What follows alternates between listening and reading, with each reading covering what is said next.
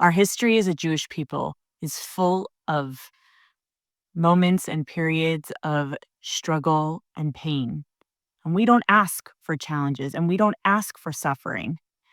And yet it's a part of nature. It's a part of everyday life and being human to meet challenges and struggles, sometimes daily, sometimes bigger ones that we feel like we almost cannot navigate.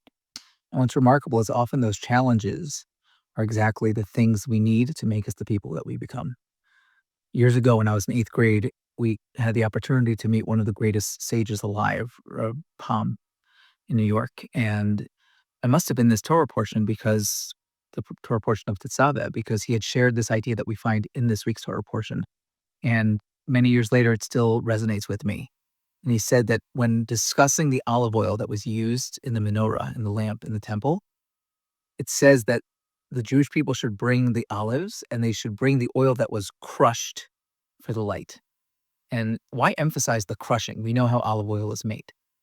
And the point was that when we go through life, it's often that crushing, like the olives, right? Olives by themselves are not very sweet and not very edible. I mean, we eat them, but they're pickled and lots of process goes through it. But if you just took an olive, it by itself is not so valuable and not so tasty. But when you squeeze it, you crush it, the oil that comes out is something that's really elevated, something that's really special. And so too with us and our challenges, that the crushing often, the pain is what makes us who we are.